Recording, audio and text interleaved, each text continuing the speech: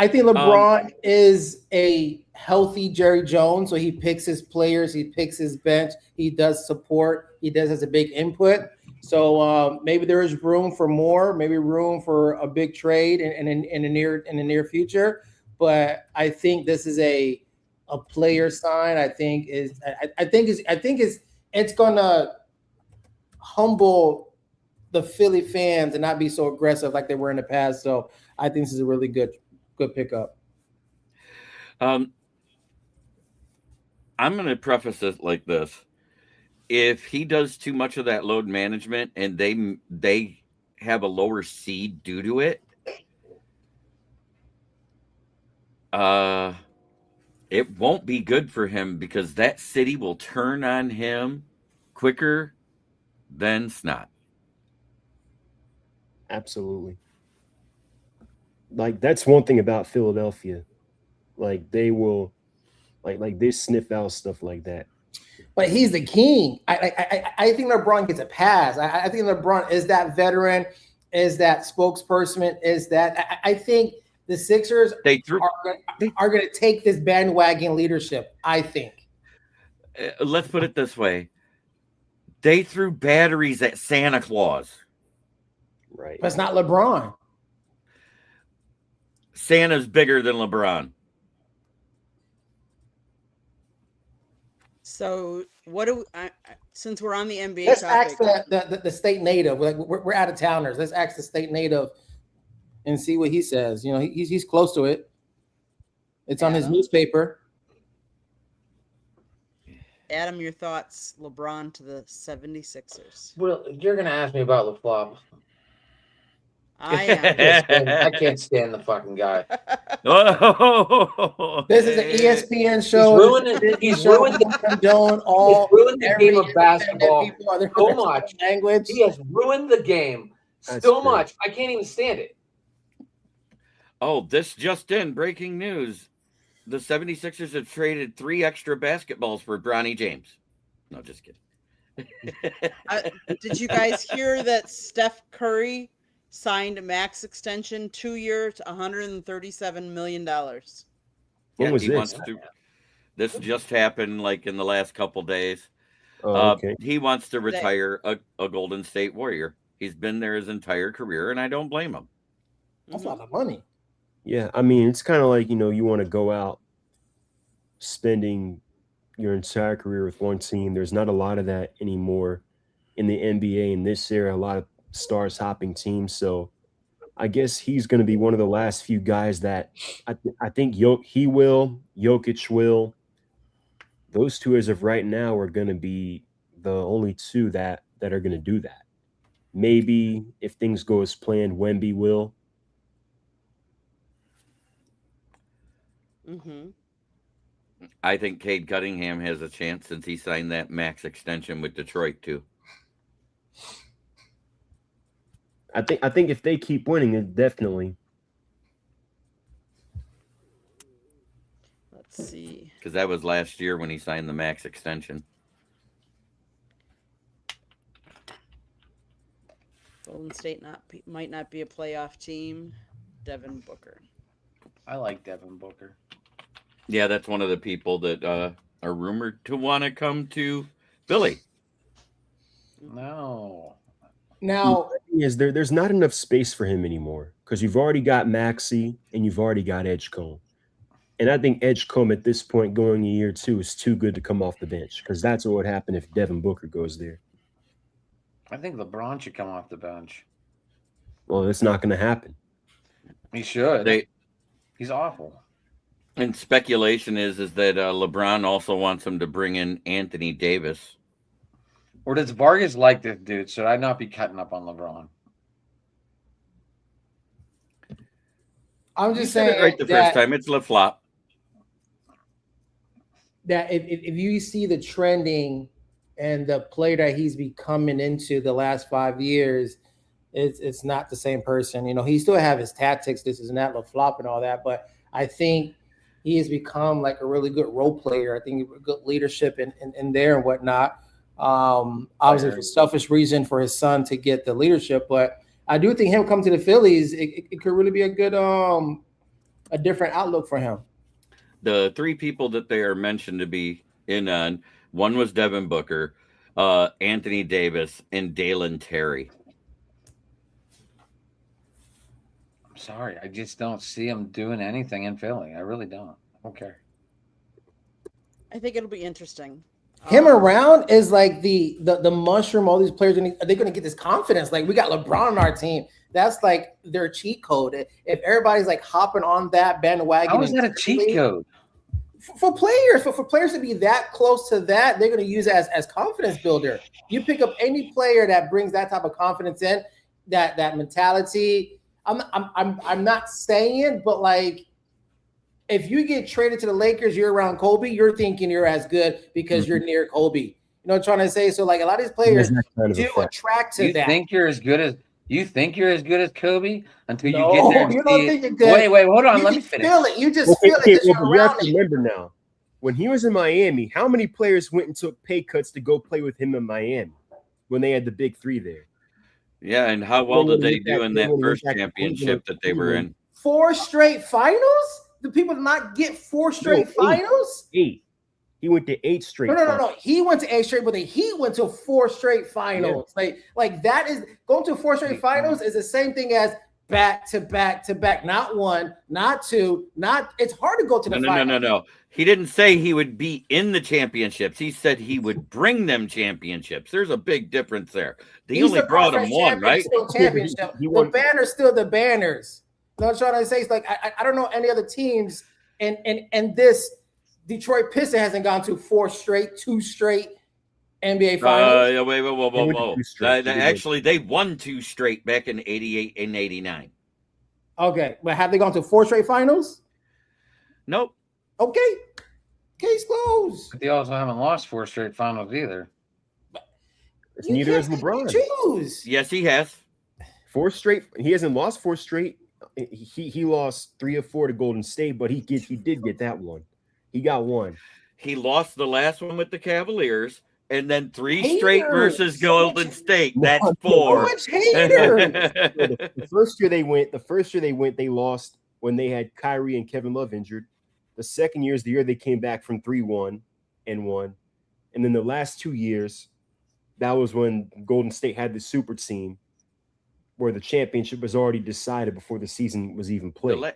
The last championship LeBum has won was in the bubble when no fans could be there to boo him.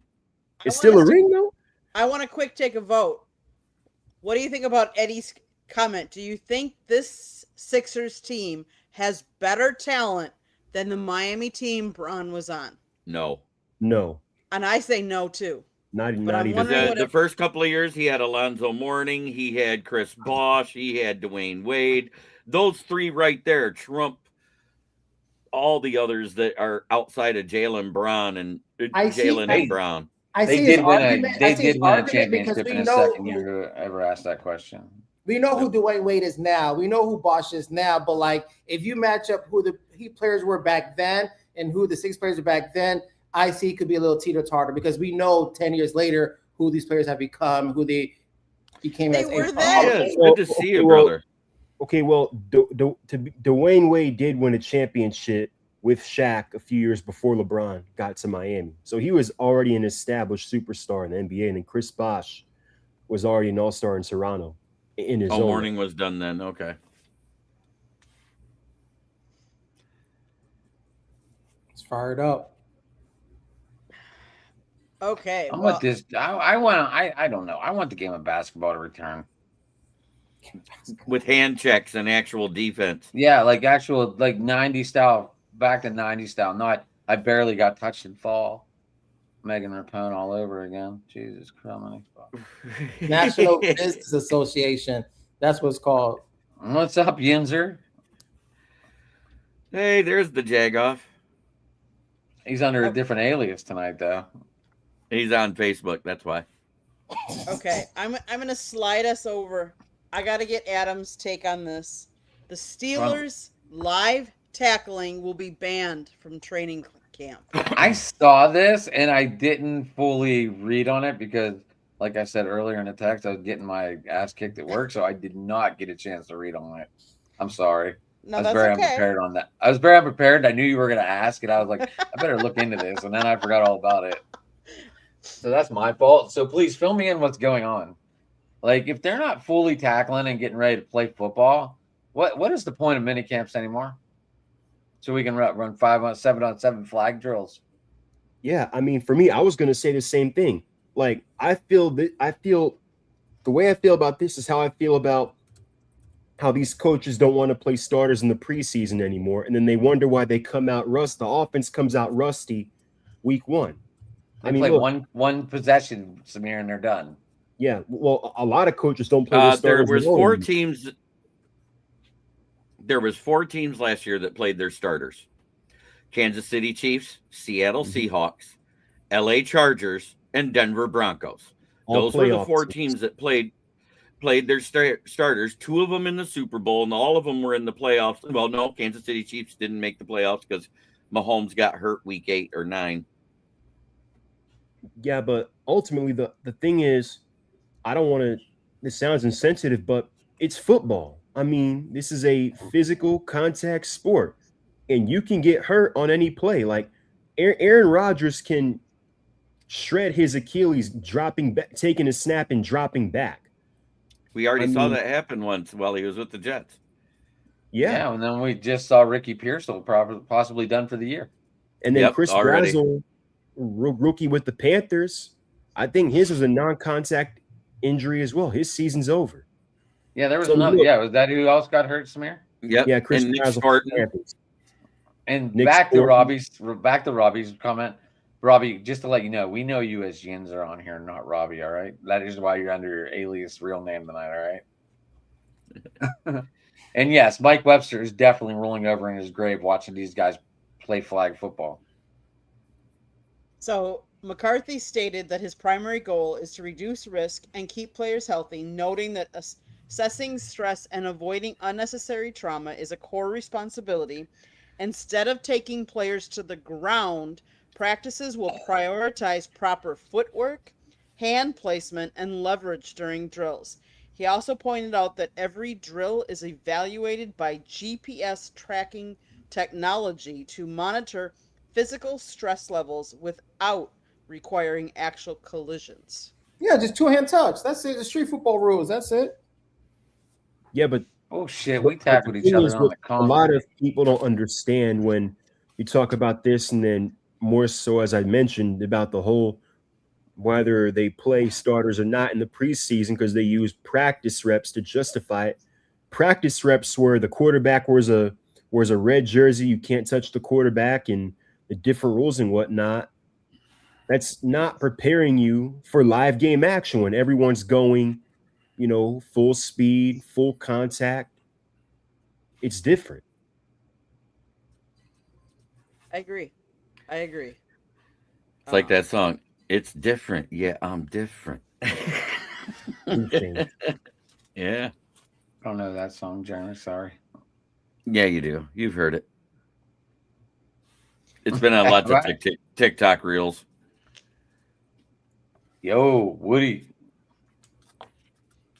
Okay. Woody Bach, what's up, brother? Cody Clemens, I saw your tweet earlier, and I have him on my fantasy team, so I was very excited about this grand slam that he hit.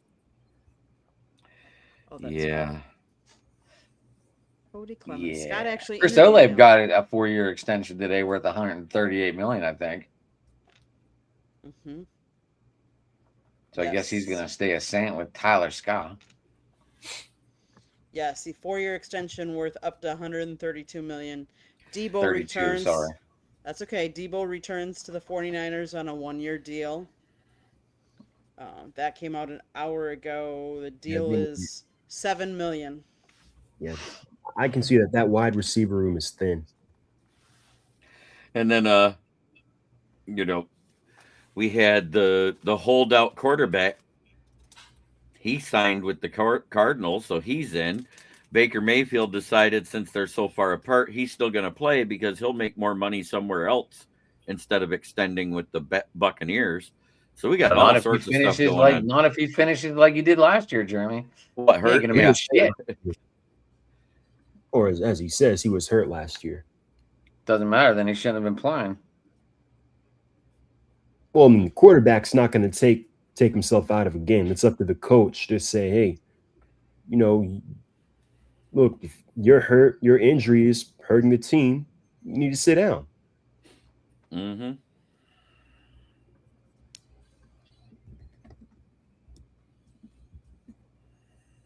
Yes, Eddie, there is a reason why there has been a lot more injuries the last decade than any other time in the NFL. You know, I've talked about this ad nauseum, and it's more than just the turf thing. Everybody wants to blame the turf, but soft tissue injuries started going up in 2017 astronomically after that season when they stopped the two-a-days and they reduced the amount of time that teams can actually practice their players in the off season.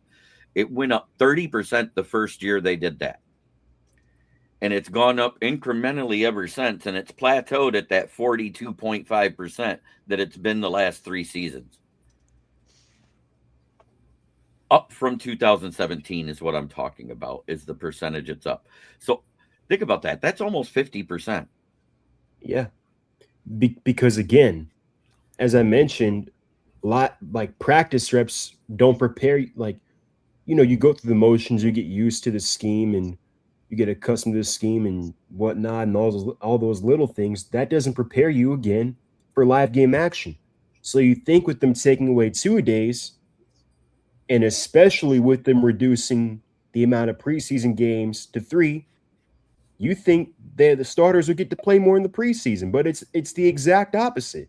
And not only, again, as I mentioned, your starters, especially on offense, come out rusty the first game, you're increasing the risk of injury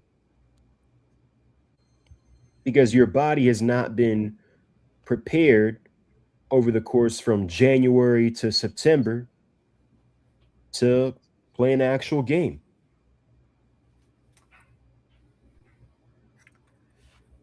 I agree. Okay, the topic that the title of the show, NFL's top 10 wide receivers. You start, Candy. I'm putting you on the spot. You're going to put me on the spot. Okay, not necessarily in top 10, I mean, in the order, but Woody, what Jerry the fuck is that? Jerry Rice, Randy Moss, Terrell Owens, Larry Fitzgerald, Calvin Johnson, Don Hudson, Marvin Harrison, Steve Largent, Julio Jones, and Antonio Brown. That would be a list of my top 10. Yeah. And for the Packers, For the Packers, let me go to that list. That would be Don Hudson, Devontae Adams, James Lofton, Sterling Sharp, and Donald Driver. guess I will go next. My top 10 wide receivers of all time in no particular order: Jerry Rice, Terrell Owens, Larry Fitzgerald, Megatron, Michael Irvin, Randy Moss, Marvin Harrison, Quantoris Lopez Jones, aka Julio Jones, Chris Carter, and AB. And for the Atlanta Falcons, I got to go Julio, Roddy White, Terrence Mathis, Alfred Jenkins, and Andre Rison. Drake London has 1 or 2 more great years. He'll be in that top 5. Kenny, what were your top 5 Green Bay Packers? My top 5 Green Bay Packers were Don Hudson, Devontae Adams, James Lofton, Sterling Sharp, and Donald Driver. Greg Jennings didn't make that list, huh? I know. AF didn't make that list. The Flint native didn't make the list. I'm disappointed in you, Candy. Yeah, well. The initial AF didn't make that list. Not even a little bit. Not an honorable mention.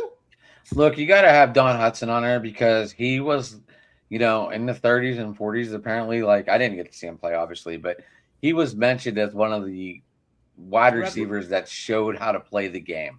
He revolutionized that position. Yeah. Right.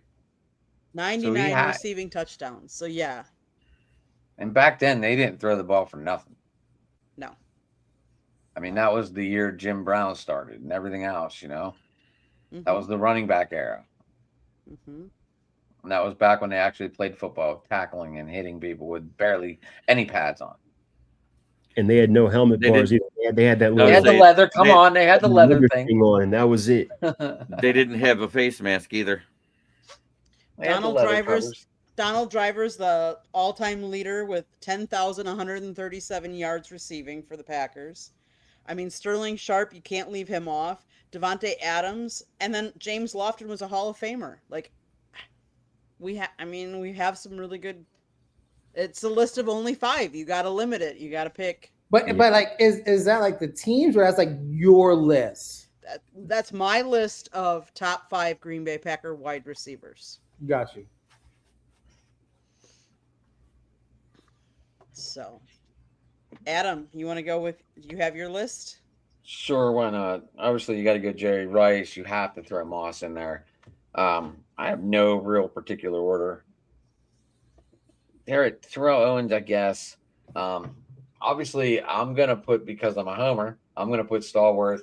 I'm also going to put Lewis Lips on there, Hines Ward on there, just because I'm a complete homer and want to be that guy. You are. And then you got to put Antonio Brown on there as well. So what's that, 8? And then I would go Carl. I would go CJ and Chris Carter. All right.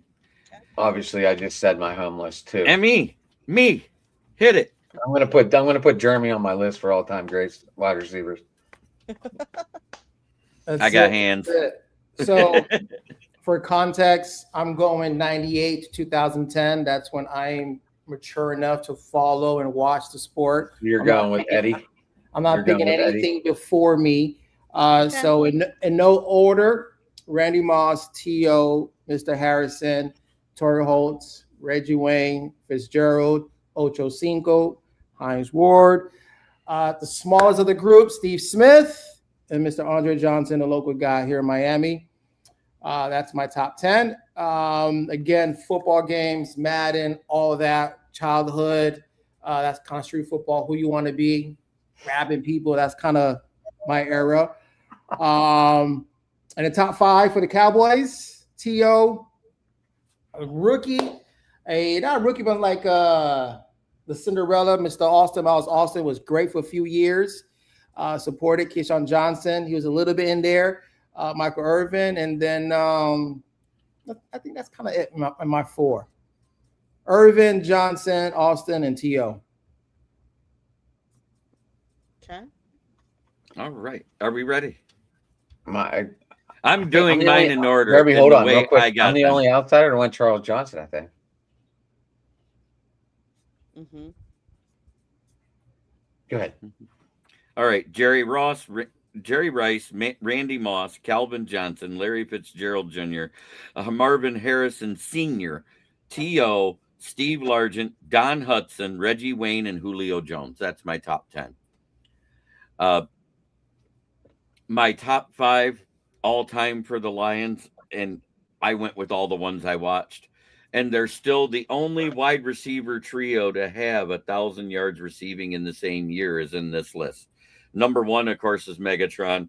Then it's Herman Moore. Then it's the current player, because he has more catches and yards at this point in his career and touchdowns than Calvin Johnson had, Amon-Ra St. Brown, Brett Perriman, and Johnny Morton. You say if like you want somebody to like question your numbers. No.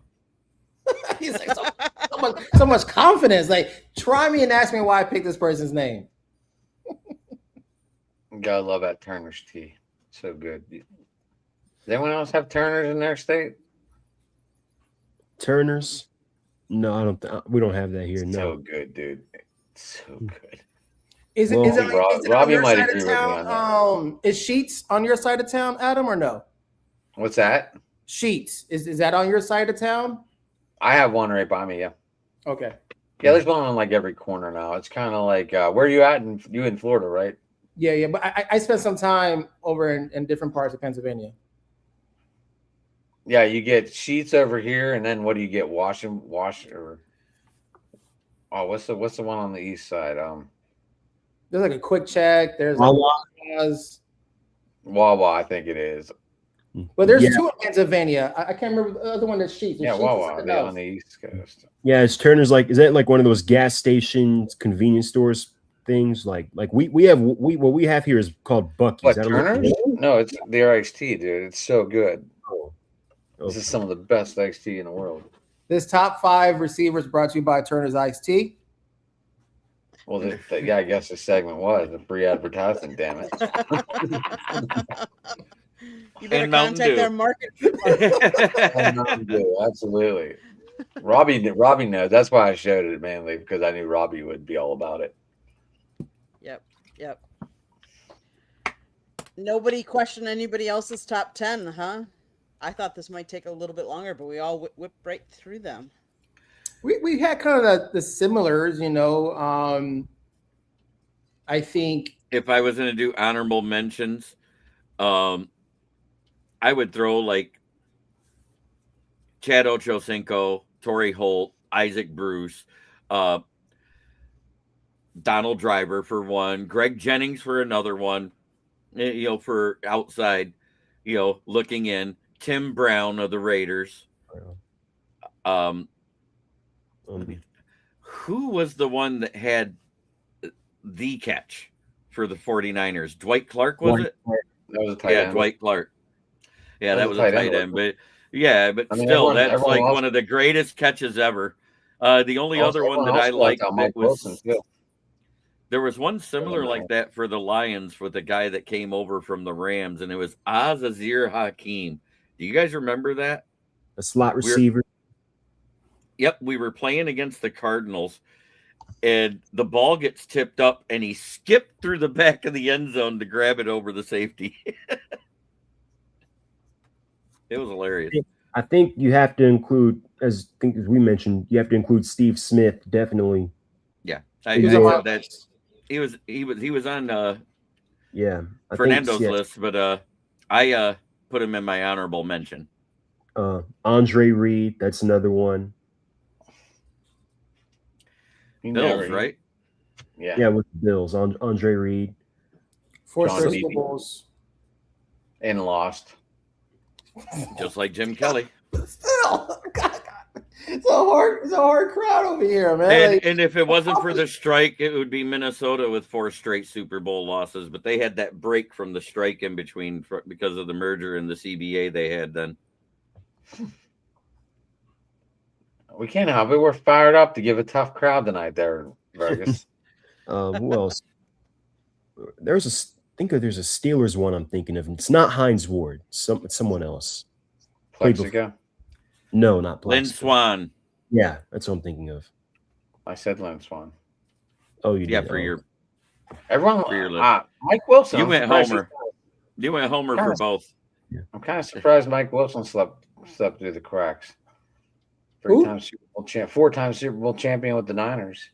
He was that quiet wide receiver, but he was solid. Solid is the point. He wasn't a GOAT. And So then- with your list, Mr. Adam, is it like numbers? Is it certain games? Is it playoffs? Like how do these people enter your list? Half of his top 10 were Pittsburgh Steelers wide receivers. Come on. I did total Homer list because I felt like it. But yes, I mean, you got to.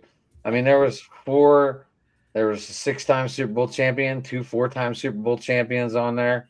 But like, are those like easy picks or like these are like your picks, not just like Well, they're my picks, so I naturally. okay. That's why it's called our top 10 list of wide Yep. receivers. Dante Stallworth was better than Lynn Swan, but he's one of those guys that deserves an honorable mention at least. Lynn I said Swan. so. No. I meant he definitely deserves an honorable mention in the list, is what I was getting at. On your okay, because he made On the overall, because I'm sorry that when you look at the Tell stats, people, dude, I didn't care. the Steelers ones, they just don't quite get there. And if it wasn't for Vontaze Burfict, AB probably would have been one of the greatest wide receivers ever. Oh, absolutely. I mean, As soon as he hit him in the head, that guy was stupid. What Yeah. about Cordell Stewart as a receiver? He was Court. what do you mean? He was a kicker, punter, quarterback, running back, slash. And right receiver. Well, look. How about my guy I mentioned, Roddy White? People forget how good Roddy White was back in the day. Roddy White was Julio Jones without the longevity. Well, yeah, because he had that year where he led the league in catches. That was the year before Julio Jones got here, and before that, he had made a couple Pro Bowls, and even then, because we had Julio and we had Tony Gonzalez as well, so he was really the third option in that offense, and he was putting up 1,100, 1,200 yards. That's because Roddy you had and more White. touchdowns. And here's my kick on Julio Jones. I love Julio Jones. Great yak guy, because that's what he was between the 20s. But I swear he was allergic to the end zone. I think he only had one double-digit touchdown season in his career. That was 2012. He had 10 that year. Yeah, it was like his hands turned into balloons, and he could get hit in the hands and it would bounce off.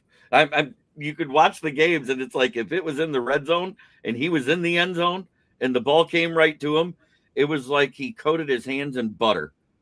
Yeah, we just couldn't get the ball in the red zone. It was crazy. He was great in fantasy football if you were yards and points per reception, but end zone, that was scary. Like you needed Tony Gonzalez, like you just said, Roddy White. Who was in your backfield then? Michael Turner.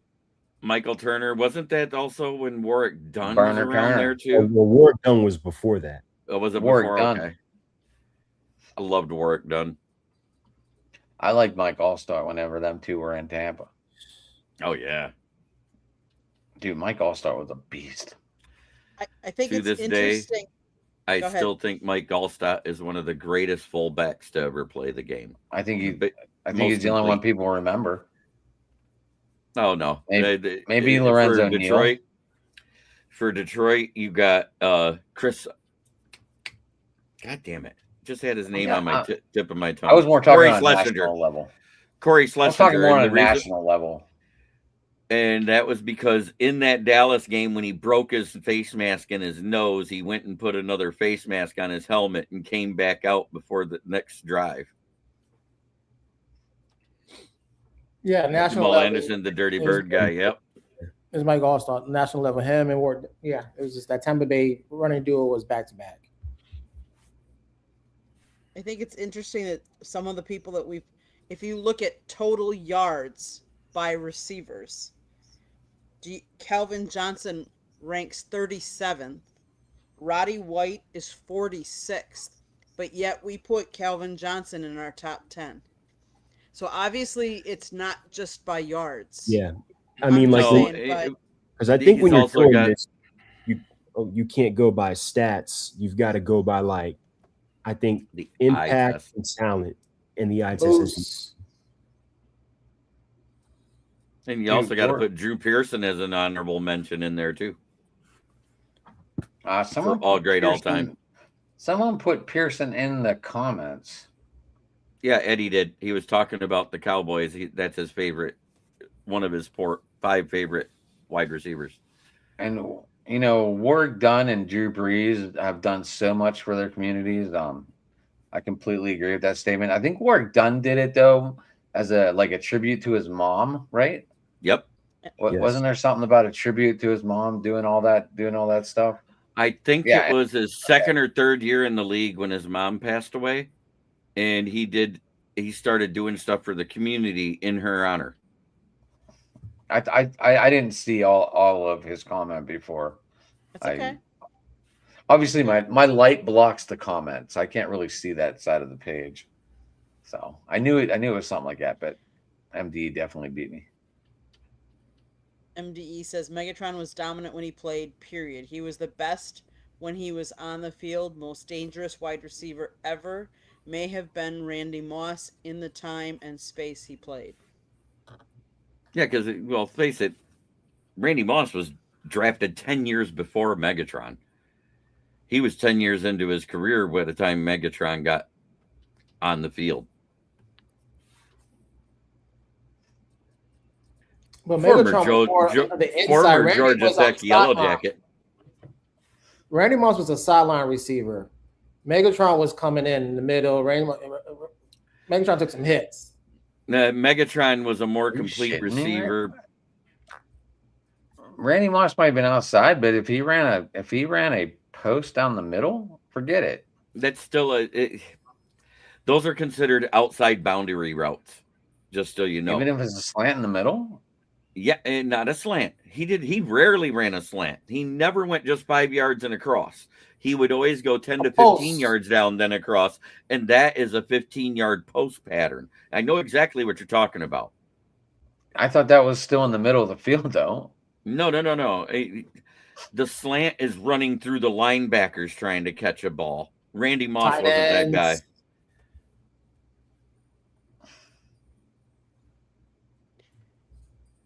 Allegedly. I mean, Randy- allegedly. we I didn't need- went to no play scheme, so allegedly. I'm just saying. I'm trying to be saved out here.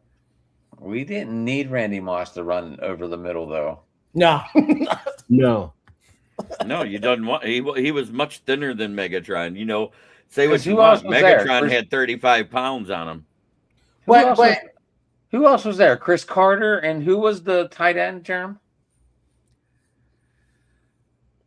For Chris Carter, the tight end. God, he played forever too. for what team? Minnesota. Vikings. Whenever Randy Vikings. Moss played there. Oh, Wasn't Thielen at that point, was it? No. Who?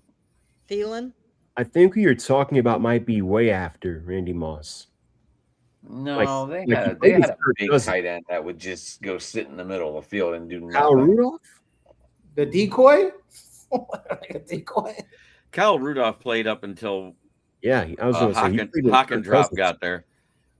Yeah, But out of the list that you guys said, did Randy's career help out with his like 2 or 3 quarterbacks he had? You know, he had Dante quite some time. He had Moon. You know, so like a lot of these players that we're mentioning, like they probably ran through multiple quarterbacks, or some had like 1 or 2 quarterbacks throughout their career.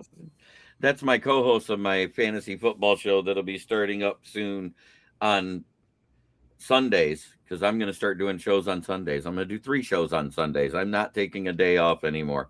Fourth and Fantasy is the name of the podcast. Yeah, Adam, for your list, how many quarterbacks are assigned to that top 5 list?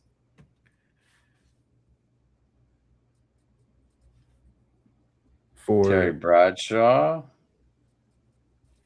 Be Joe Montana. Who was throwing the ball to?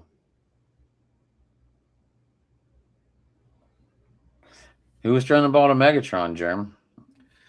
Matt Stafford, his entire career. It wasn't the great Harrington? No, He Joey was Harrington killing was already out of the NCAA. league. Man, when I used to Joe Harrington in the NCAA game. Woo, he was my top quarterback to use NCAA game. Megatron was drafted in 2008. Our that was during the 0-16 year, if you remember. And he had John Kitna, Jerry Garcia, and Dante Culpepper. And then when all of them were hurt, he had Dan Safety Boy Orlovsky that cost us a Dante game. Culpepper. He had the after Dante Culpepper, Yep. not the. Yeah, Randy Moss had we Dante had the Culpepper. we had the cheeseburger in paradise version of Dante Culpepper. Yeah, Randy had the Dante Culpepper. Jake Reed would be their over the middle wide receiver. And then it turned into Kleisenar. I do think like if some of these receivers had a benefit of a quarterback, definitely supported them, or some receivers were better than the quarterback after the yards and catch. I think it cuts both ways. The pass catcher is heavily dependent on who is throwing the football, but at the same time, some guys are just QB proof. Like you could put anyone back there. Justin Jefferson right now is going to get his, and you could say the same about Jamar Chase. Now, Not last year. on the other side, if Jamar Chase hadn't had Joe Burrow, would he be as productive? I don't know. part of it is who's calling the offense and what plays are they calling too, because some definitely would dominate. Like there are some duels that really dominated, and then there are some that just don't click. So I think that matters too. Like It's like the coach-wise. 3 wide receivers after Megatron that I mentioned: Herman Moore, Brett Perriman, and Johnny Morton. They're still that single season is a record for all of them having over 100 receptions and over 1,000 yards each and every one of them. And You want to know? You want to know what was bad about that? Our awful quarterback at that time was Scotty Mitchell. I do remember a couple of the receivers were upset that they would get the ball into the red zone and they'll just run it. Like they didn't get opportunity to score the touchdown, So a lot of these offense coordinators, they'll use a receiver to get to the 30 and then run it into the end zone. So a lot of receivers didn't get opportunity to score. Mm-hmm. Look, we're also got to talk about different eras because that Niner team in the 80s, there was no, we're letting you come back in this game. We're going to dominate. We're going to kill you 54-0. We're going to beat your ass. We're going to beat your ass. And we don't care who says he's running up the score or not. We don't give a shit. We are going to run up the score. We are going to put stats up, and we are going to make teams have to play football for a full 60 minutes. Unlike these people that play the Bears and give up halfway through the game because they're getting their butts whooped so bad. But even like in the 90s, like in that late 90s or 2000, like you have Garrison Hurst and T.O., like it was still going up and down on both sides. So all depends on offensive coordinator.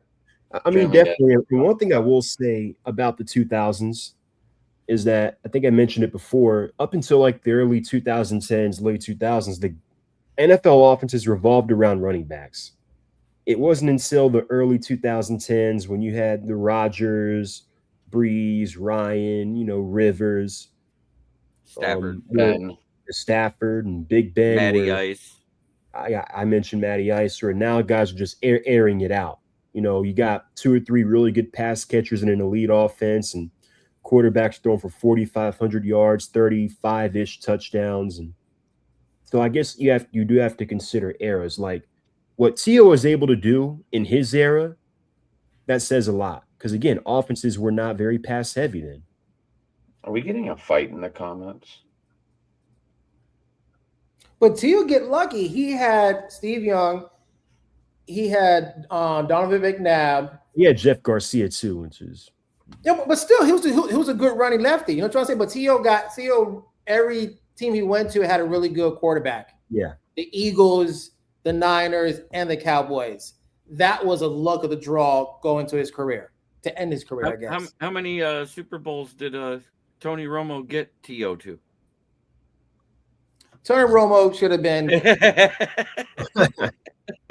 I was a bigger fan of Miles Austin than I was T.O. Oh, Austin was crazy.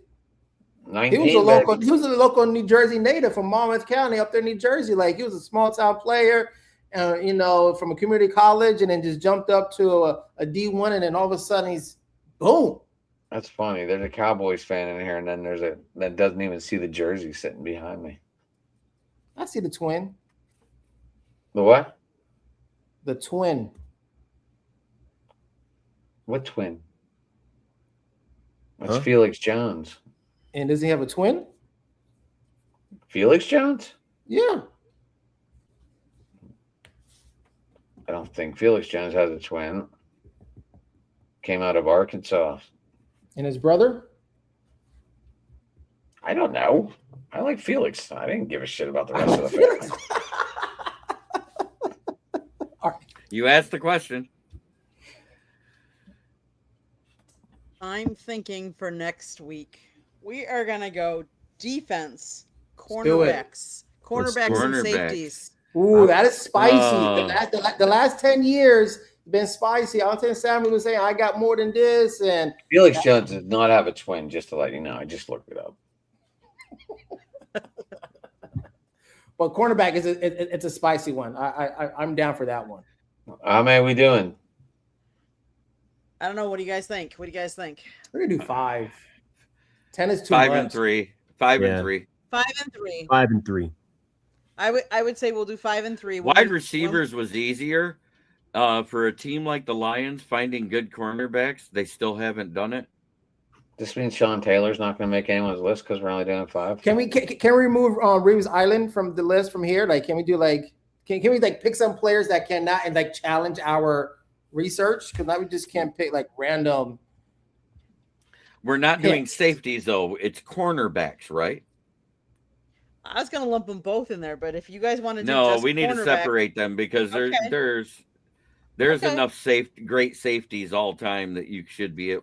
There's better safeties for the Lions than there's quarterbacks. Looks like I got to bring out my Eric Davis jersey, huh?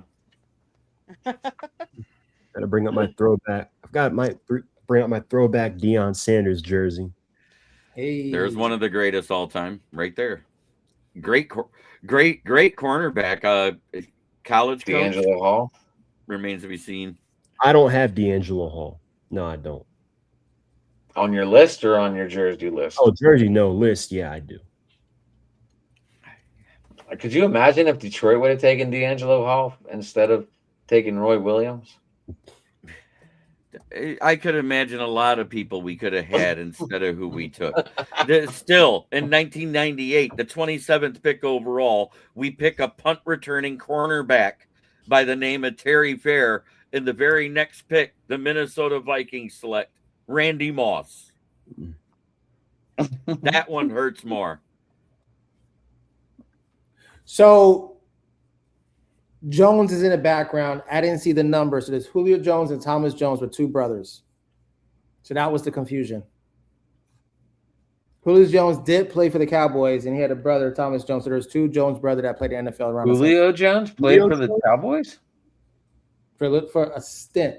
Felix Jones. Yep. No, Julio at the tail end of his career, I think he made it. Julius Jones. I apologize. Oh, Julius? Okay.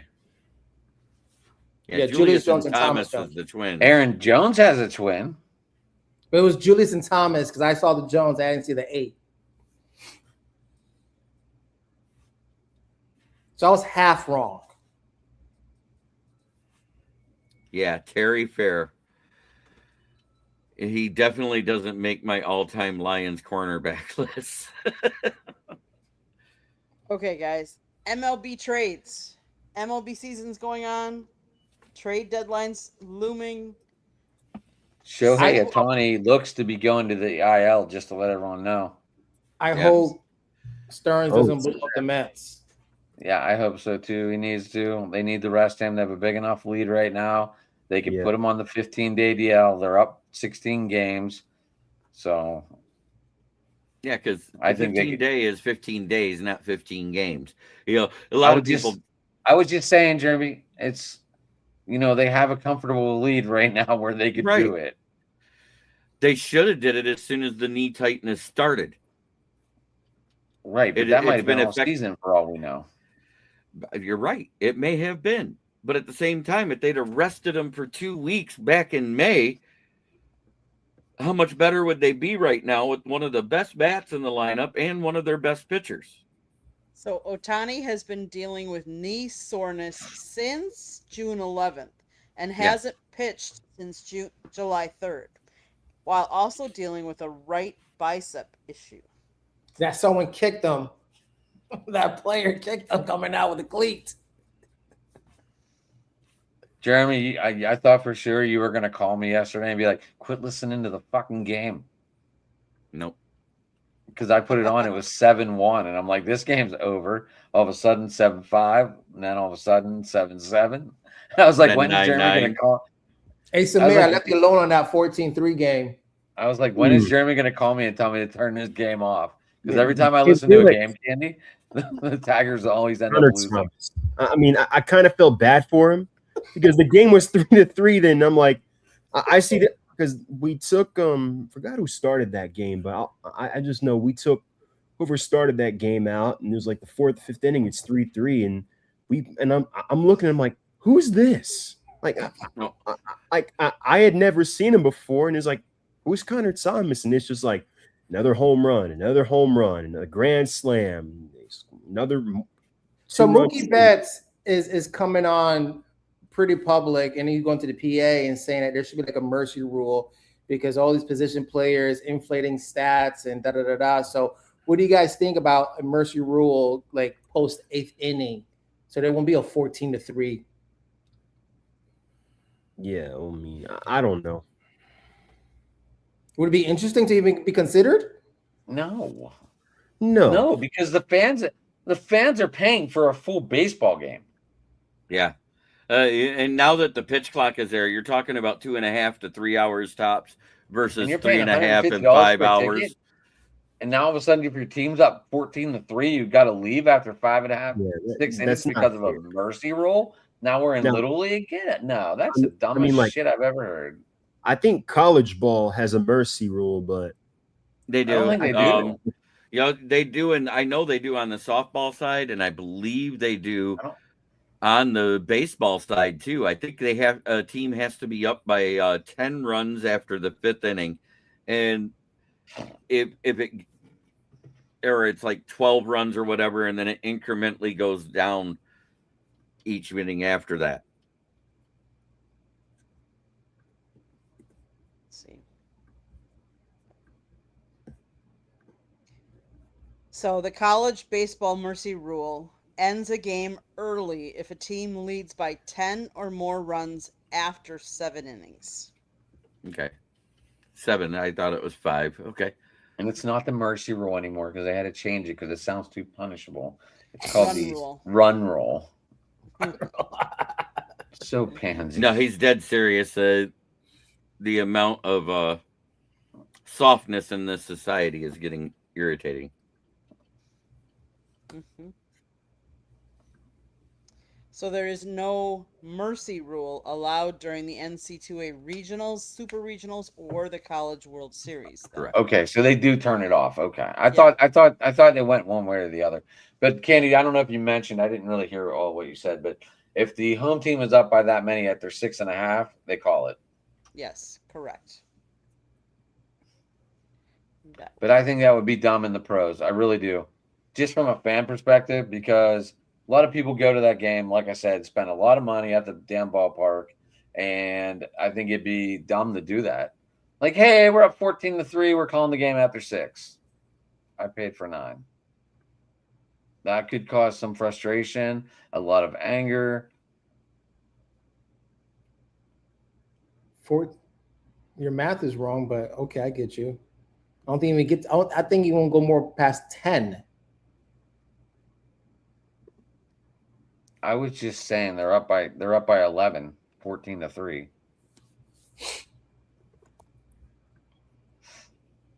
oh yeah, it was crazy. It was like another run, another home run, another 2-run single. It was like, wow. It's fun. Are you talking about- It's fun to watch.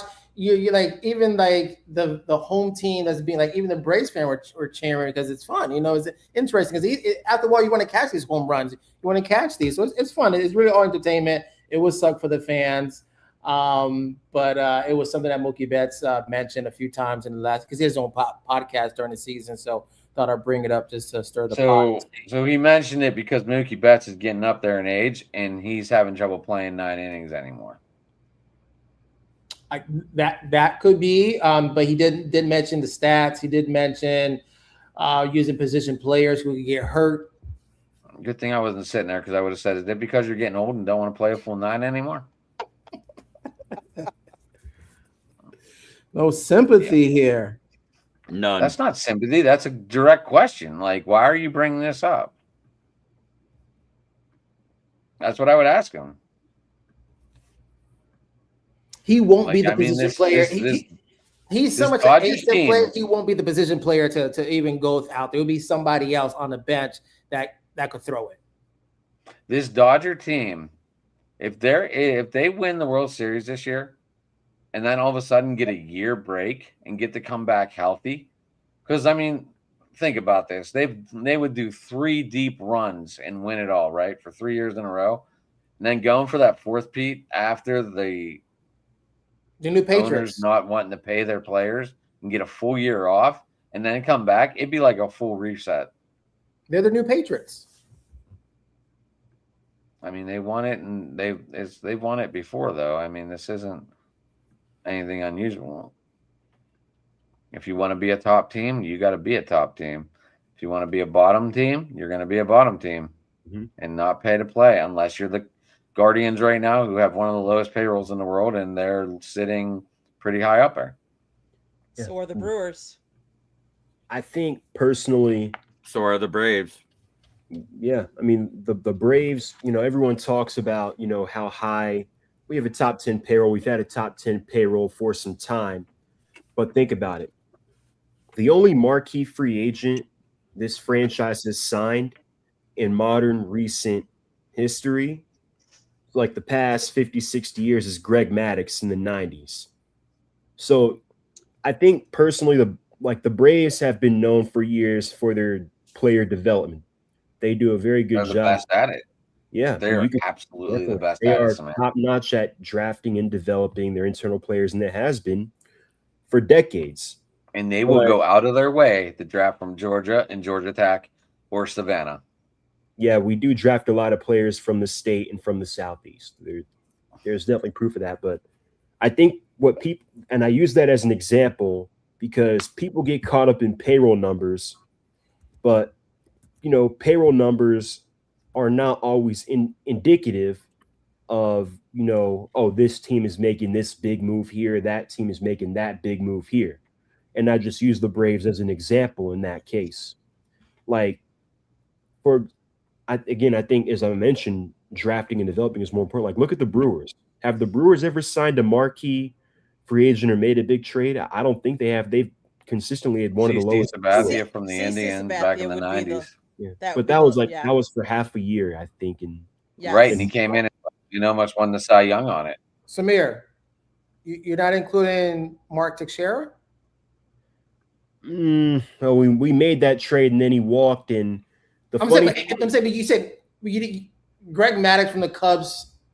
Greg Maddux back then from the Cubs wasn't Mark Teixeira. Greg Maddux was not very good with the Cubs, though, right? he No, was he wasn't. He not, was not like he was with the Braves. Well, for sure. But your comment said like we haven't had a big trade since Greg Maddux, and I'm trying to like creation. Right after Greg Maddux, you guys got a certain guy from the Tigers named John Smoltz. That's pretty good trade. That was before. That was actually before, and that was when John Smoltz was still in the minor league. So he had not been in the major leagues. I'm talking about a marquee free agent. Who did you guys give up for John Smoltz, though? We traded Doyle Alexander. Worth it. Totally worth it, Jeremy. Oh yeah, it was so worth it. Oh well, look, we made What the about same Chris Sale? mistake Like later. I'm seeing Chris Sale over here. I'm saying no, Mark. I meant not a trade, a free agent signing. Free agent. Okay, let me re-Google that one. And we made a similar mistake years later when we traded Adam Wainwright to the Cardinals for 1 year of JD Drew. Yeah. Well, yeah, like all these 1 year rentals don't Yes. really pan out So, sometimes. It's my bad for not specifying because, yeah, we've made trades like Chris Sale, as you mentioned, Mark Teixeira, as you mentioned. If you want to, Matt Olson in recent years. So, yeah, we've made trades like that, but I'm talking about there's a marquee future Hall of Fame free agent on the market, and it seemed like the Braves goes and picks him up. We have not done that specifically. Oh, I mean, Ozuna? they didn't. You guys had they didn't even Ozuna? re-sign Marcell Freddie Ozuna, Freeman. no. I'm talking about a bona fide future Hall of Famer.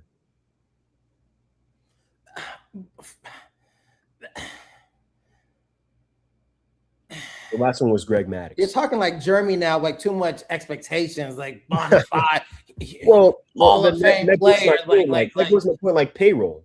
I think Didn't they as win? long as you are able to draft the teams that will. But Billy Wagner was pretty good. won Like I'm 18 looking straight at, NL even for 1 division year. and they They only won won 18 one World straight Series. divisions, champion or Yeah, they only division. won one World Series, just like now. Only one. Like these crazy things. Like you don't see Look your at the 40. team You we had in the don't 90s. see about- your 40 banners on a Three. stadium. What about David Justice? He was He was a drafted. good pickup. He was drafted here. Didn't he come No, from no, the? no, no, didn't no, he come from the A's? No, David Justice No. was drafted here. He went to Drafted the by A's after them. And then he went to the Why? Yankees after the A's, huh? Yep. Yeah. Okay, And I then- thought it was the other way And around. then I don't Fred know why. McGriff was a trade, not a free. He was a trade.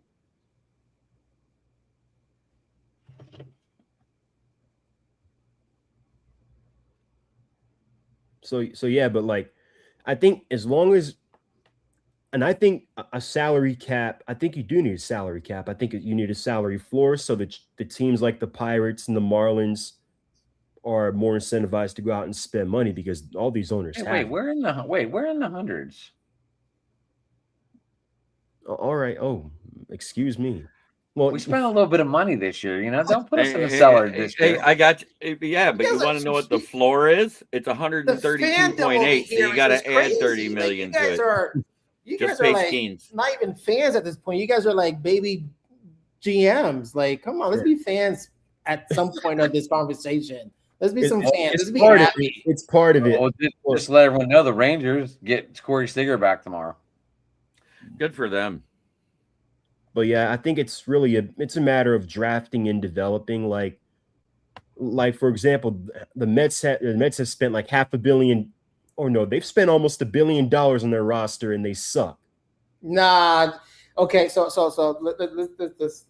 rewind. For whatever reason, the rewind. Braves can't beat them this season. What about Josh Donaldson? Well, Hey, that the was Tigers spent a crap load of money too, that and we was looked a like few years crap. after his MVP season, and he was like 35. He had a couple injuries then, so That we were was still able a to buy $23 lower. million signing. So I guess if you want to count that, you could. And obviously, I went to the internet because I'm not a big Braves person, but Yins did sign the first true free agent ever in Major League Baseball. Of what's his name? Hank Aaron. Andy Messersmith. For pure entertainment purposes, Samir, please give me your starting 9 all-time Braves. I want to hear where you are intimately, and I would like to just hear your starting 9, please. Let me just see where you at. This is interesting, and this is tough. Let me hear your starting 9, please. All right. No, just one starter, no rotation, just one starter. You go Javi Lopez, and you keep on going. I throw you that one. Like for sure. I'm gonna see where you at, because this whole you don't sound like a Braves fan. You sound like a young guy. Come on. I was gonna give you Javi Lopez at catcher. At center field, we're gonna have Andrew Jones. All right, the greatest center fielder in the game. Left field, we're gonna have Hank Aaron. Now right field, Again, you could say Hall of Famer, Andrew Jones now, right? Not good enough. Not good enough. This guy's turning to Jeremy out here. Come on, let's go. Let's do it. Right. Left field, Hank Aaron. Center field, Andrew Jones. Right field, we're going to have Ronald Acuna. First base, Freddie Freeman. Second base, Ozzie Albies. We're going to have at shortstop. This was tough. I was thinking about Dansby Swanson. Now, you could argue Dansby Swanson. You got Jeff Blauser in the 90s guy. You could argue Andrelton Simmons. People forget how good his glove was. I'm going to put, look, maybe I'm a young guy. I'm going to put Dansby Swanson. Raffy? We're going to have Chipper Jones. Raffy at short? Oh, you could argue him too. Raffy, you could argue that. At third base, we're going to have Chipper Jones. Starting pitcher, I'm going to have Greg Maddux. No Marcus Giles at second? No, Ozzie Albies is the best second baseman in Braves history. Look up the numbers. No Francisco Cabrera for big hits in the bottom of the ninth to win the game. Yeah. Who got the key to the city, then you never heard from him again? Yep. Him and Sid Bream, former Pirate. Who couldn't get thrown out by Barry Bonds at the plate. What a joke. No, and the Eddie ball wasn't even hit Mathews? deep. Ball was hit like above shortstop level. Couldn't even throw him out. Yeah, that's my starting 9 for the Braves. Javi Lopez, Freddie Freeman, Ozzie, Dansby, Chipper Jones. Left field is Hank Aaron. Center field, that was tough. Like center field, I got to put Andrew Jones, the Hall of Famer. And I had a hard time picking right field between Ronald Acuna and Dale Murphy. Dale Murphy should be in the Hall of Fame. Yes, he should. But look, recency bias. I wasn't alive for Dale Murphy. I got to go with Ronald. And so, who did you put as your starting pitcher? Greg Maddux. Greg Maddux, of course. Could have been Warren Spahn. Yeah, Warren Spahn, Phil Niekro, John Tom Smoltz. Glavine. Smoltz, Tom. You could have put any of them there, but I got to go with Greg Maddux. As my closer, I'm going to have Craig Kimbrell. How could you not have Greg Gimble? Jesus. Who else am going to put there? Dude, lights out, time man. out, wait. time out. Smoltz Time ended out, up time out, being slow down, your slow down, Smoltz closer. was slow the down, slow closer down. for a few years there as well. Time out. So you won't take Smoltz as your closer? I could. It's an option, but It's a great option. it's a great option. But It's Craig a great Craig option. Kimbrell in his The prime, first 300 as a pitcher, like it's a Craig great Kimbrell in option. his prime was Dude, hands that dude was You lights had- out. That in the was game. that was like your secret. He was like your best player to pick. You could have put John Smoltz as a closer and pick any other Braves 90 players as your starting pitcher. Like that was your unicorn you could have Absolutely. picked and won this competition. Oh, but you can't lose with Craig Kimbrell in his prime. No, you cannot. But you had an opportunity to have two great pitchers as part of your top 9. All right, and Craig Kimbrell's a great pitcher as well. No Hall of Famer. So this dude's leaving Babe Ruth off this lineup? Babe Ruth. Okay, but no, I'm talking about. Am I reading that right? Am I reading that right? Is that right? Like, Yeah, is that real? you read that right. I saw no Oh, No George Mickey, Sherman, no Mickey Mantle, no Lou Gehrig, no Roger Maris, No Roger no Maris. Joe DiMaggio. I mean, look, juicing or not, you got to put A-Rod in there too. Whether Pee Wee juice Reese. or not. Hideki Matsui. Gajira. Hey, but Samira, that was a solid pick. That was a solid pick. Johnny Damon. Somebody on this Facebook Mets chat said, "Who's your favorite Mets player who hasn't won the World Series?" Like, who asked that question? Look, who asked Who that hasn't won the World question? Series? I mean, how long would the list be? You'd have to go Exactly, you'd be here for like exactly. 8 hours. Wait, what was your question, Exactly. Vargas? Someone put on the Mets fan page, who's your favorite Mets player who has not won a World Series? And my David comment Wright. was, this is a trash question to even ask. Because David you got like Wright. 60 years of players to pick. That's like a question for the Braves. That's a question for players, for teams who have played more than 5 World Series in 20 years, but not like a Mets team who played 2 World Series. Would anyone argue David Wright? Trash. What? Even though I got to see him game 3 hit his World Series home run. That was pretty awesome. But like David Wright is the same as Tony Romo. They should have been cut, killed out, put in the barrel, and gone. It was too much. They missed the captain, gone. Should have been trash. Holding on to these franchise players, put him in as a veteran, but he should have been out. Move up somebody else. So Eddie qualified that he only put people on the team that he actually has seen play. That's why he didn't go back to those other ones. That's fair. Now, if we're doing the DH for my Braves lineup, Ooh. then yeah, I would that's put good. Dale Right. Murphy in right field because Andrew's playing center. Then I'd have Ronald DH. Ronald DH. Okay. It's a good And list. you can have Eddie Matthews as an honorable mention as well. That's a good list. Atlanta has seen quite a few. So at what year will Chipper Jones get replaced? Or he will never get replaced? He's not going to get replaced anytime soon. No, The Mets are like the Pirates when it comes to coaches. yeah. They don't replace them. If they're winning, they don't replace them. Why would you replace Chipper Jones? Yeah. I don't think there's a.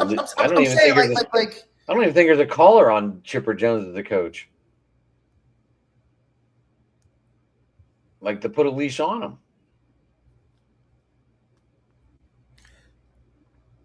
Like there are some players, hopefully, like some teams have like multiple pitchers. The Braves multiple pitchers. You go hold the rotation. Outfielders too. Like look, like we've got Michael Harris now as well.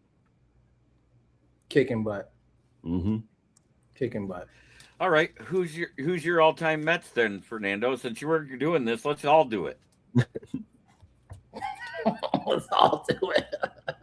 I just sat here and wrote down my lineup for the Tigers. let's hear it. Let's hear it. Let's hear it. Let's hear Catcher, it. He knows it. Ivan Okay. Pudge Rodriguez, first Excellent base choice. Miggy. Is there? I'm sorry. Is there like a minimum amount of seasons you could use this player as part of your?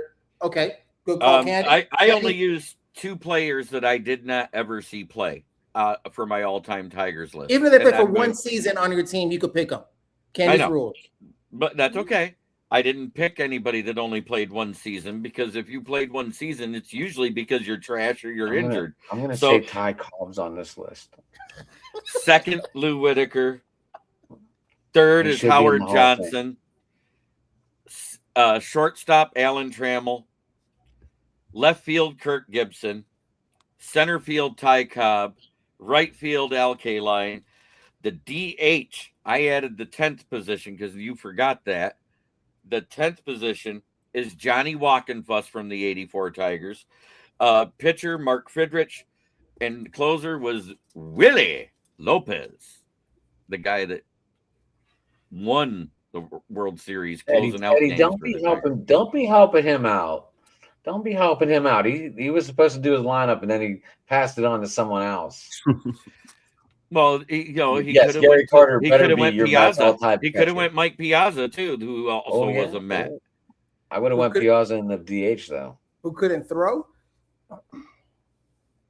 Go ahead, Vargas. What's your all-time lineup there? No, I want to hear Candy. No, What? for the Brewers. Oh, she's got to have Robin Yount and Rolly Fingers in there. I'm sorry.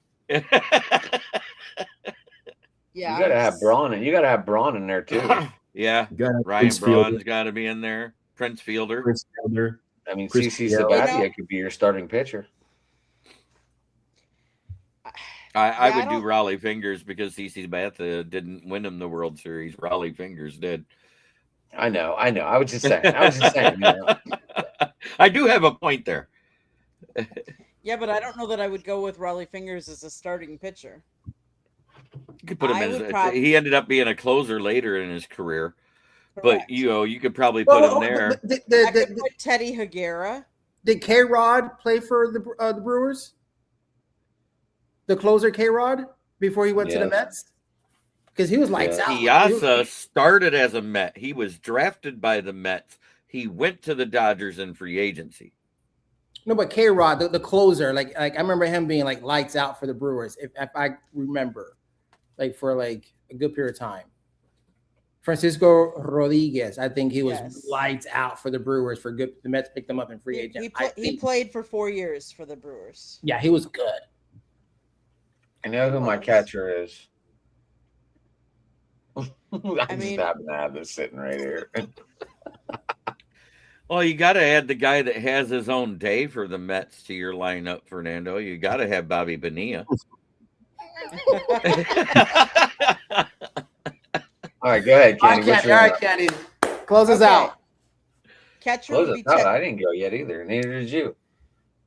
Ted Why are you trying to Simmons close as it out? catcher. Because you don't have one, do you? I do, but it's a fan favorite. It's not like all time like you guys. Well, then do it. That's what we're here for. We're fired up to hear your fan takes. Go ahead, Candy. Okay. Educate us. Catcher, Ted Simmons. First base, I know a lot of you would put Prince Fielder. I would probably put Cecil Cooper in there. Played longer, had a lot more hits, obviously, but he played longer probably. That's probably why. Second base, I'm going to put Bryce Terang, so my current Brewer. Ooh, Shortstop, It's a jump. shortstop, I'd put Robin Yount. Third base, I would put Paul Molitor. Left field, I guess I got to go Ryan Braun. Yeah, How can you not? kind of have You're to. How leading can you home run. not? You're leading a home run guy on your team. I know. I know somebody Um, else who should be in your outfield, and if I don't hear his name, I'm going to be mad at you. There's no mad at a fan choice. I was gonna Oh, say, yeah. how do you Yeah, Christian as soon as I say the name after you give your list, you'll know. Christian Yelich, and then I would probably put.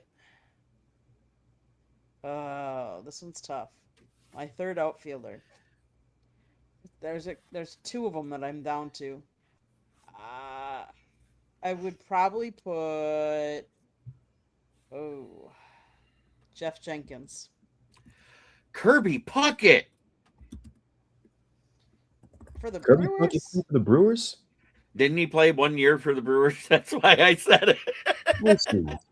Didn't he? I don't. Who's your I could've swore who's your DH, Candy? Oh, my DH.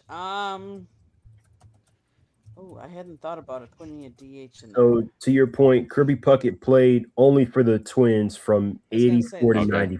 I could have swore he That's what I played 1 year. I mean, the problem is we didn't have a DH for a long time, so we did. But then, that's a good question. It's a wild card. Like you could use today's metrics to like bring in a.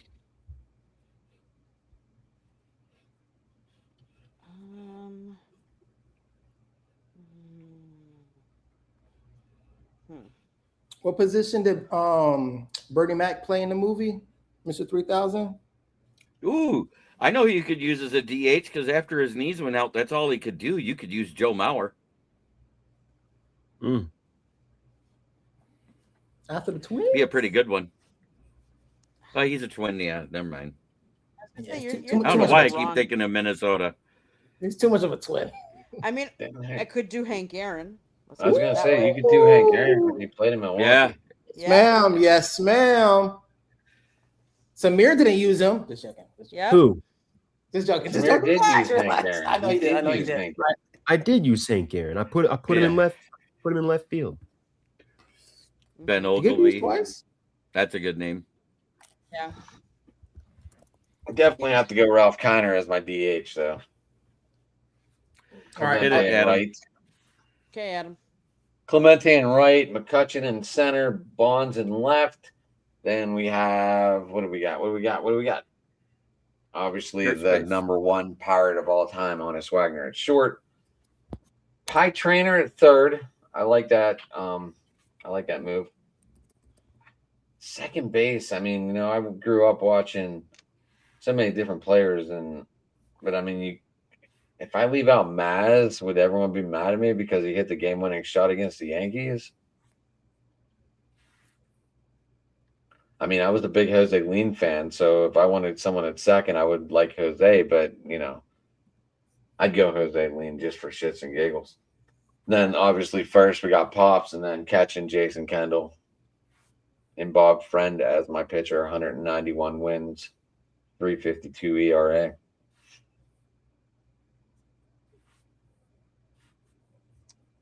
Eddie, I see your Ben Ogilvy. Yes, he played for us for 8 years. He had 1,100. Got his gold card. 1,144 hits. The reason why I put Jeff Jenkins in there is he had 1,221 hits and 212 home runs. So, and I think he was a little bit faster. I think, but I did enjoy watching Ben Ogilvy, and he was part of that '86 team. So, okay, Fernando, who did you put on yours? Just spit it out, man. Let's go. All right. The only hard one to pick that you're not like, because you guys Adam already mentioned it. I don't have Gary Carter on my team, so I have Piazza, Hernandez at first. Second, we got Mr. Edgardo Alfonso. We have Jose Reyes. We had David Wright at third. We have DeGrom as my pitcher. Outfielder, we have Hojo. We have Darryl Strawberry and Mr. Beltran, Hall of Famer. You're leaving Lenny Dykstra off there. You're leaving Nolan Ryan off your list. Dwight Gooden. Cal C, or C, you're leaving Old Seaver Dr. off there K. too. He Again, said it's- he kept these are it to people like- people he saw. He said he did say people who played while he was alive, and he is quite a bit younger than me, so he didn't get to see Tom Seaver. And How like old- the Mets playing down here in Florida, like it was really fortunate. The Yankees here in Fort Lauderdale, so I got to see a lot of good players. You know, so like yeah, this is kind of the only person that's kind of like outside of my age, probably Keith Hernandez. But other than that, he was still around. But other than that, yeah, it's Hojo growing up was huge. Hojo's awesome, man. I had him on a podcast. That was Howard awesome. Johnson. Hojo. He's normally a third baseman, but I had to put him You out of notice left he was field. on my list. He was on my list for third baseman because he was a part of our '84 World Series winning Tigers. And then he Really went to the Mets Yeah. right after that season, Jeremy. So Vargas, I know. who did you put in the outfield? outfield, Carlos Beltran. We We had have Daryl Strawberry. Strawberry, and then we have Hojo. And then I want to make one quick correction to mine. Hank Aaron is in right field. Ronald Acuna is in left. I had it vice versa. We could have just said OF. That would have been fan, but people might have thought we were talking about OnlyFans. This is a I can't even say it. We don't approve all the content that each person mentions. Okay, guys. I think it's time for my town. Yes, ma'am. Holy cow. Yes. Well, Go ahead. we got some interesting news out of training camp today, and after that blown bullpen route yesterday, I fully expect Skubal to be traded by Monday the 3rd at 2 p.m. when It's the deadline happening. hits. But we have yet to hear our GM come out and say the words. I've heard all sorts of reporters. I've heard all sorts of radio, all sorts of media. We have yet to hear our GM say the words, I'm trading Skubal. So what do they do in reaction to yesterday's game when James Outman basically had to leave the game because he hurt his knee? They called up the one player Tigers fans have been clamoring for since May. They called up the AAA phenom in the outfield, Max Clark, today.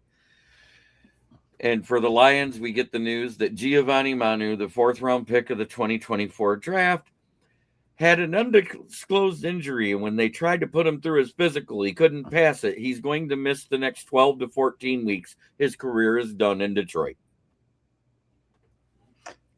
Jeremy, were they trying to wait till September so in case the lockout does happen, they wouldn't lose that year? Yes. So are you disappointed they called him up, or are you No, excited? no, I'm Or- excited because when James Outman came in, he started out hot. He, in the first week, he had a couple of home runs. He was batting almost 300. He was Well, riding that he's World cooled. Series high. He cooled off a little bit. James Outman is hitting 162 right now. That's really His good. 4 home runs. Yeah, that's really good if you're playing. If you're the bench warmer for a little league team, that's really good. But anyway, Well, Near it's the kind of like Mendoza Key line. Brian Hayes for the Reds right now. He's batting $146 and making $22 million a year. right. But the good news is we traded away the guy with the exact same average who's actually doing well for Boston right now, because the guy they just traded for to fill in so they could put him on the bench to give him some rest, Curtis Mead, he's out for the year now. Oh yeah, that pitch smashed his hand. Mm-hmm. So Mead. yeah, but I'm hoping to see come September, Max Anderson, the second baseman, come up. Bryce Rayner, our 6'4" shortstop we drafted 2 years ago, the same year we drafted all that whole draft from 2 years ago.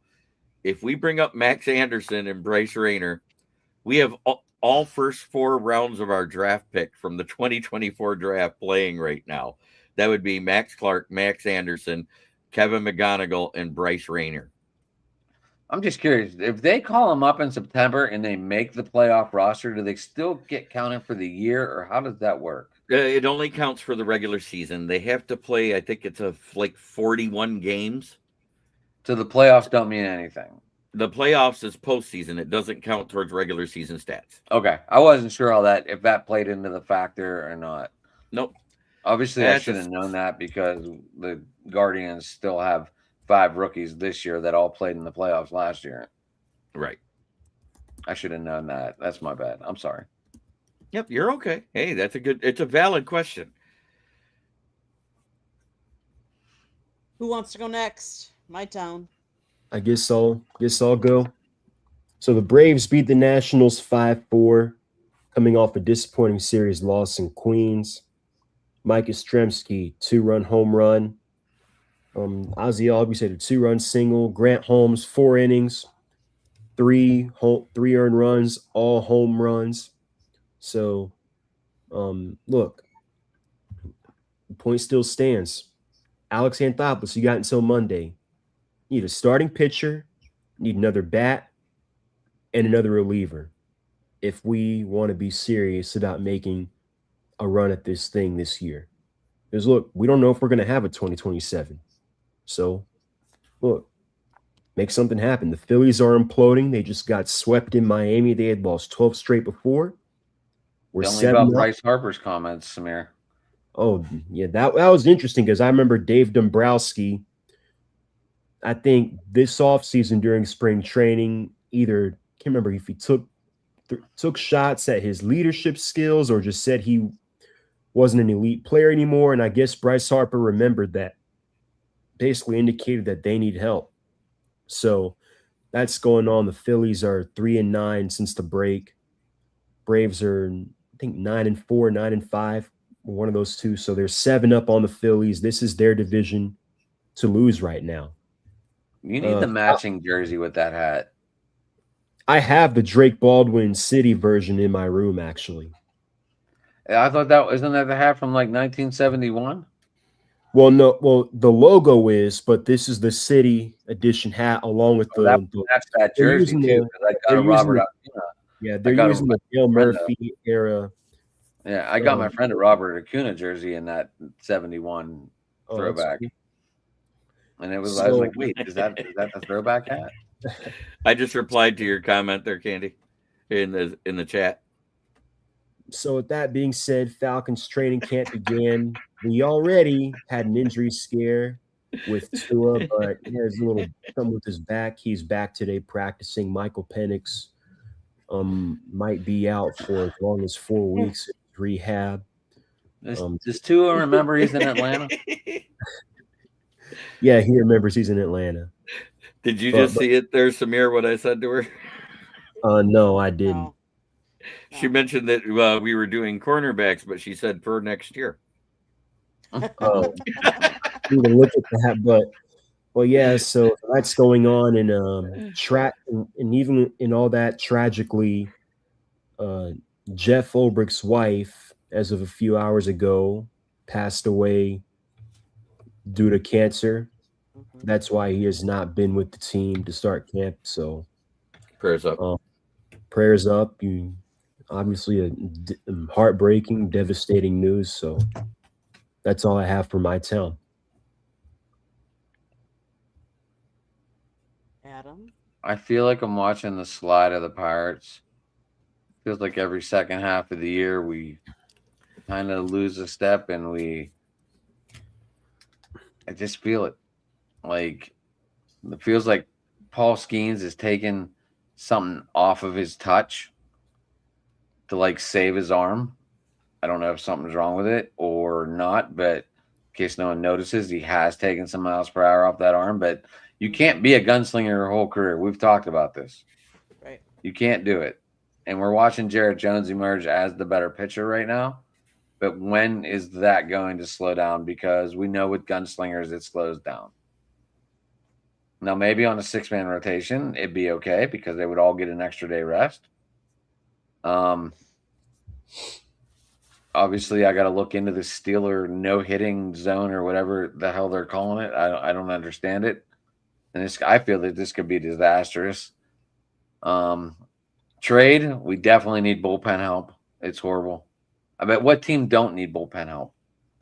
I mean, my Guardians, they need someone that can hit left-handed pitching. I think they're, as a team average, they're batting 132 off with left-handed pitchers, and that's horrible. It's awful. Yeah, the Penguins are getting ready to ramp up. 22 seasons now with the 3. We'll see how it goes. Fernando, what's happening in your town? By default, my entire team still sucks. But we did beat our local team, the Marlins. So the only thing that's big is just in the last 3 weeks, I've been appointed part of the directors of the, let me say this correctly. Let me make sure I say this correctly.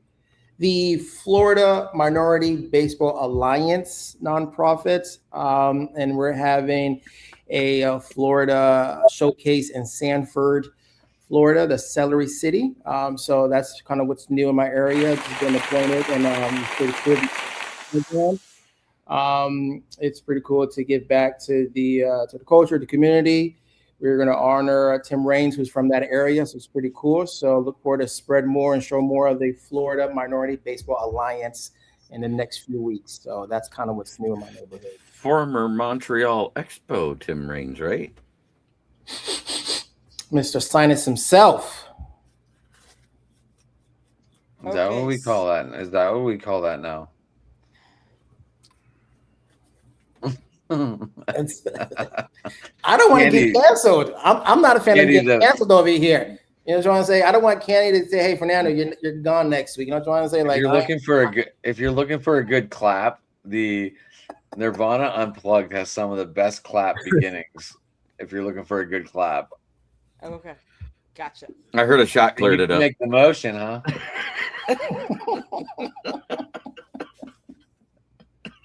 Huh. Just say. Why don't you just say we're going to Arby's?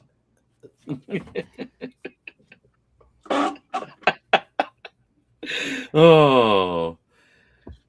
Boom, boom, boom.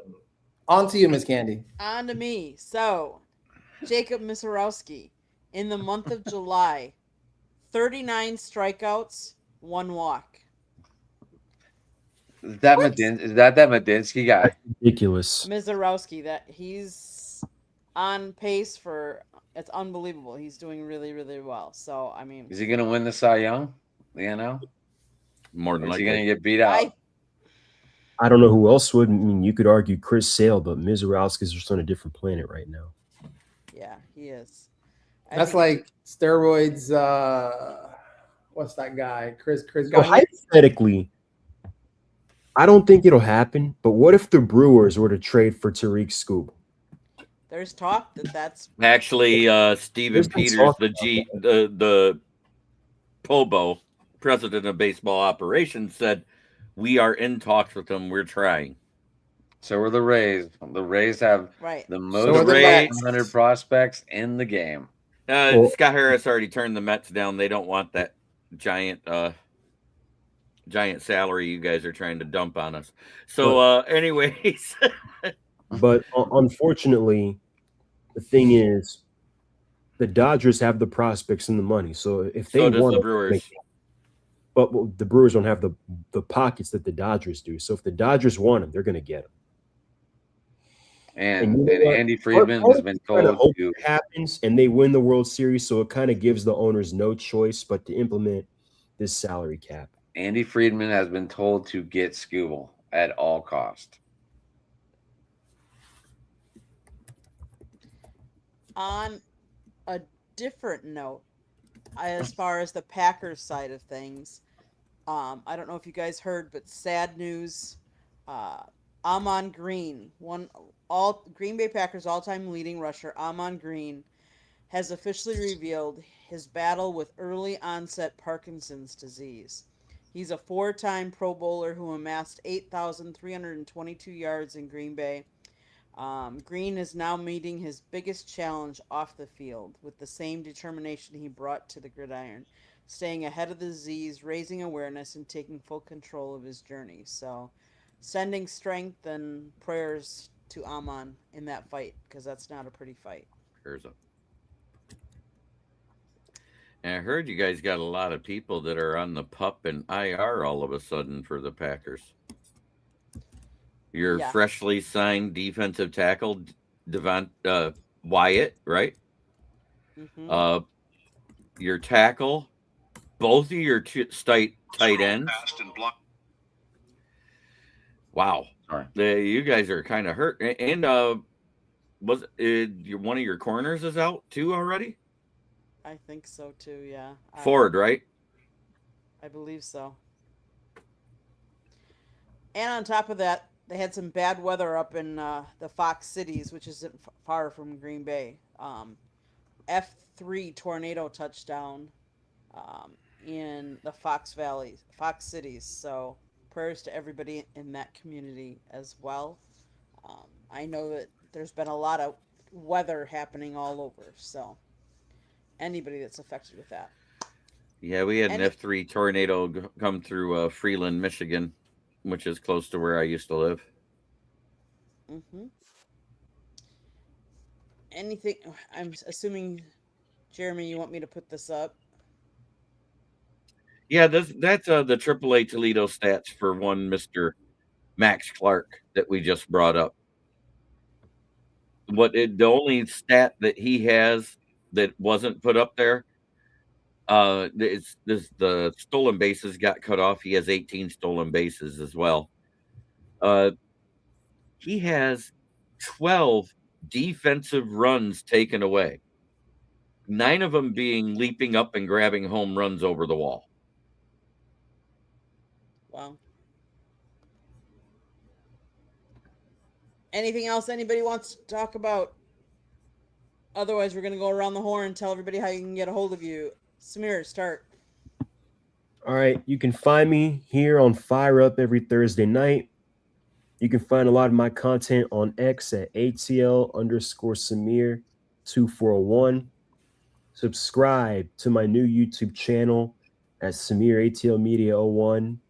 That is Samir ATL Media 01 for more content, information, sports coverage, etc. And you can find a lot of my articles on the 3-point conversion along with the South Florida Tribune website. Thank you guys for tuning in. I'll see you next week. Adam, how can people find you? Driving to the Top Productions on YouTube, at Sports Talking on Twitter. 9 o'clock, you can find me pretty much every night of the week except for Sundays. And this weekend, I will not be with Jeremy on the roundtable. And I'm working on Monday and Tuesday because I am going to be at camp. So I am not going to guarantee I'm going to have. I won't. I might not be on a show, but Rich might run Monday night if I can't get internet. So, Jeremy, just to let you know. Okay. Fernando, how can people find you? You can find me at Holiday Vargas, but more recently, you can follow the Florida Baseball Minority Alliance across all platforms. We have a great showcase in August in Sanford, so check us out. Check us out. Other than that, it's been a great show, you guys. Awesome show. Smoking Jeremy B. How can we find you? Well, you can find me right here on Tuesday nights on Inside the Pigskin with Scott and Mel Farr and the crew, which is, I believe, Aaron McAndrews and Candy now. And we're going to be plugging in guests till we find a permanent one. And also right here on Fire Up with this lovely lady and these fine gentlemen. I use that term loosely for the guys. But and then you can find me on my channel, which is the KCB Sports I Network. send you enough stuff to know what you mean. I send you enough stuff. I know. I know you do. And I send stuff right back in reply, usually. But you can also find me on my network where I'm live 6 days a week, soon to be 7, the KCB Sports Network, with my shows Detroit Sports Talk with SJB, the NFL Roundtable Talks, the Lions Fan Cave Chat, and the Baseball Roundtable Talks. Soon we're going to have the Hardwood Chat on Sundays talking basketball and the Penalty Box talking hockey. And then, of course, Fourth and Fantasy with Austin Hacker at 9 p.m. on Sundays. Wow. Ouch. So, let me do mine. South Florida Tribune Publishing Company published a book, Lessons from the Microphone, Tuning into the Enduring Wisdom of Visionary Leaders. It is written by my husband, Scott the Motor City Madmouth Morganroth. Talks about his 40-plus years in the media business. It's available on Amazon, Barnes & Noble, Kindle, Google, and Apple Books. There's also a link on our website, and the audiobook is out there. If If you like to listen to podcasts, you can find us wherever you get your podcast. If you want to be a guest or have show ideas or topic ideas, you can always email us at southfloridatribune@gmail.com. If you see the red subscribe button in the lower right-hand corner, that means you have not yet subscribed to us. Please do so, and then turn on your notifications so you're notified every time we go live. Last but not least, we have a travel YouTube channel that we started about almost a month and a half, 2 months ago now. It's called Destination Discoveries Media Network. The QR code in the upper corner right now is our travel channel, Destination Discoveries Media Network. Lots of content up there. We've gone lots of different places. We're going to be headed over to Naples this weekend, so I think we're going to be doing a video over there. Back to South Florida Tribune's YouTube channel. That's the QR code. If you're into ACC college football, we went to the ACC kickoff. We put up all kinds of videos from all the different press conferences from all 17 teams. It's up on our YouTube channel, as well as we'll be putting up more interviews. Scott got a question in with Bill Belichick, Dabo Sweeney. He got a short video with Bill O'Brien, a short one with Jeff Brom. He got some questions in with some of the players as well, so just check the YouTube channel. And then last but not least, please hit the red subscribe button, not only on ours, but all the channels that we are streaming to. Everybody that puts their channels up there, they're giving their time to us, so we would ask you to please subscribe and support them as well. Jeremy, you want to take us out? Try every day to be a better person than you were the day before. That's the only way to make the world a better place. It starts right here. Much love to everybody in the chat.